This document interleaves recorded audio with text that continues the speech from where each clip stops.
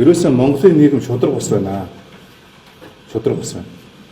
Гэсэн ийм л зүйлийг ард түмэн хэлсэн байгаа байхгүй. Тэгэхээр Монголын нийгэм яагаад шудраг ус байна вэ гэхээр өнөөдөр Монголын төр төр зүтгэж байгаа төрийн албан агч нар Монголын иргэдэд хүргэж байгаа энэ төрийн албан өнөөдөр яг ард иргэдийн хүссэн яг тэр шуурхай, шудраг, ил тод, хариуцлагатай мэрэгсэн ийм төрийн албан болж төлөвшөж чадаагүй байна л гэдэг ийм л хариултыг хэлж байгаа.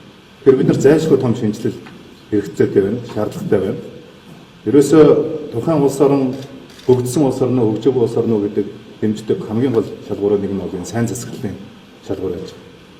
Сайн засаглал гэдэг юу вэ гэвэл ерөөсөө хуулийн засаглал, хариуцлагын тогтолцоо бий болох гэсэн энэ улс орнд хөгждөг юм юм байна л. Сингапурыг хөгжүүлсэн Ли Куан Ю гэж одоо Сингапурын хөгжлийн эцэг гэж ярьдаг. Энэ хүний хэлсэн нэг байдаг. Сингапурын хөгжлийн нууц нь яг юундаа байсан бэ гэхээр би бол ерөөсөө хамгийн чадварлаг, хамгийн шудраг хүмүүсээ Сингапурын төрд оруулсан юм а. Ингэж л Сингапур улсаар хөгжсөн гэсэн ийм үг байна.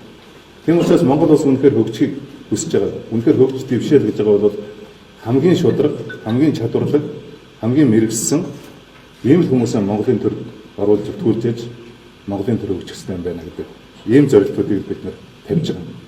Тийм учраас одоо манай засгийн газрын улсын их хурлаас одоо эх 4 жил давж хэрэгжүүлэх анхаарлаа хандуулах нэг чиглэл бол Монголд энэ шудраг, хариуцлагатай мэрэгсэн төрийн албыг бэхжүүлэх, ард иргэдийнхэн энэ төр дэтгэх итгэлийг нэмэгдүүлэхэд ийм зорилгыг бас өөрчилж бид нар ажиллаж байгаа. Тийм ч учраас энэ шинээр эмхлэн байгуулсан улсын их хурл маань бол өөрөө ёс зүй, сахилах хариуцлагын байнгын орон шинээр юм байна.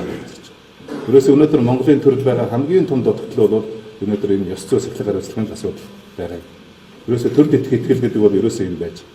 Тэгэхээр энэ чиглэлээр одоо бид нар энэ эргэсэн очнуудаа сайжруулах юм зайлшгүй шаардлагууд байж байна.